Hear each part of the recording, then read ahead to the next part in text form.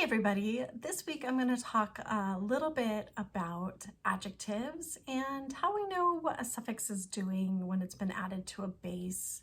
I'm not touching on how we find suffixes or how we know if a word is built with a base and a suffix, but looking at rather if we know we have a suffix, what's it doing when it's attached to a certain base. And this is sparked by a question I got in response to last week's word study with ocean and oceanic, and they were asking about the IC suffix in oceanic and if that was acting to change the noun into an adjective. And what I encouraged this person to think about was whether or not there's other roles that the IC suffix can have, and then to test for oceanic as an adjective. I first learned about syntactic tests. Oh, that's a mouthful.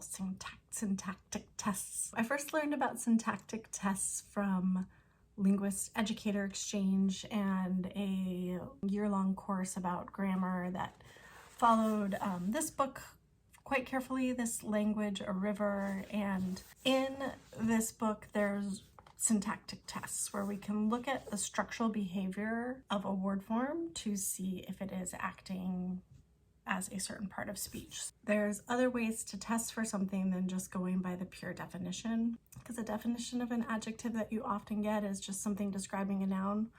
That's going to fail you. It's going to fail a lot.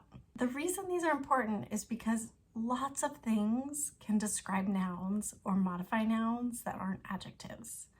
Nouns modify other nouns, verb forms can modify nouns. So with adjectives, what's very, very cool is we can add the comparative suffix er, like we see in bigger.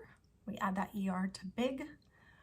Or the superlative suffix est, like we see in biggest. We add the est to big, we have biggest. If you think of comparative and you think of compare, you know, something is bigger than something else. Superlative, you've got that super part, the most, and so it is the biggest, it is the most of whatever. Those are different ways we can test to see if a word is an adjective. And then of course there's other words that are adjectives that we cannot add these suffixes to. In those cases we use more or most. So we put them into phrases like, that is the most beautiful thing I've ever seen, or that was more harmful than I expected it to be. With oceanic, if we look at oceanic, we can create a form like, that was the most oceanic failure ever. You know, you might not say that very often, but it can be used as an adjective in that way. That does pass that test. Something from Oceania can also be oceanic, just like something from India is Indian. So there's also that form of it. But we will see an IC suffix at the end of a word like mechanic. If you're talking about going to visit your mechanic, it's very obviously a noun, falls into that classic definition of person, place, or thing or idea.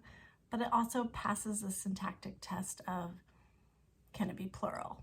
Yes, we can have 0 mechanics and we can have 500 mechanics. So mechanic, definitely a noun. Magic is another one with an IC suffix.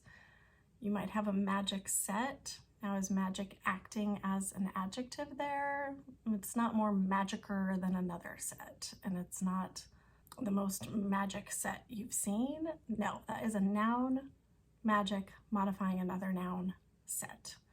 So these syntactic tests are super helpful for checking with that, particularly if we're seeing something modifying a noun and we're not sure, go ahead and try that out. We don't know what a word is doing until we know its environment. You know, what is the sentence? What's happening around this word? How a word is being used in a sentence is really important, because we can have the same word like fish that can act multiple different ways. You can have a noun fish, like I like to eat fish. We can use it as a verb, I love going fishing. And then if we add a suffix to that, we can have something that smells fishy. That was fishier than I thought it would be. It's important to keep in mind that there's multiple ER suffixes, and so we have a comparative ER suffix that we use with adjectives, form adjectives like bigger, smaller, but there's also an ER suffix doing other things, right? Teach, teacher, blend, blender, something that blends. With everything, it's really important to not overgeneralize. Just like taking this idea that an adjective modifies a noun, that doesn't mean that all times nouns are modified. It's an adjective. And just because we have an ER suffix doesn't mean it's always a suffix that's forming an adjective. And just because we use more or most before something doesn't mean that the thing following it is also an adjective. We have to think about function. We have to think about what is actually happening within our sentence. I gave the example of garden trellis online in an Instagram post. Garden, like yesterday I built a garden trellis. Garden is not an adjective. It is not more gardener trellis than this garden trellis. I can't even do that. It's not the gardenist trellis that there is. But we can put an ER suffix on garden to get gardener. I am a gardener.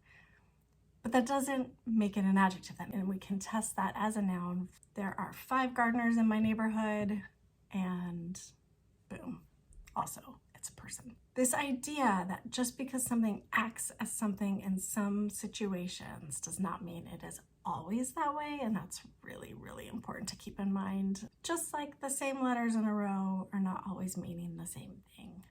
We have to examine them in context. And don't forget about dictionaries. Okay, dictionaries are a really great place to start. I've seen a lot of questions online in the Facebook groups about morphology, about, is LE a suffix? Is IC a suffix? Really, a good, well-regarded dictionary is going to list those things as suffixes. There are certainly ways that dictionaries might get things wrong or do things differently than structured word inquiry, like a lot of dictionaries have a TION along with an ION, whereas structured word inquiry has really moved to the more elegant solution of just the one suffix, ION, that gets attached to all the bases no matter what they're ending in for the same purpose of changing verbs into nouns. Dictionaries are great place to start, and then follow up with a syntactic test, and that will help you feel more secure in your knowledge of how a word is functioning. Form is different than function. All right, hope you have a good week.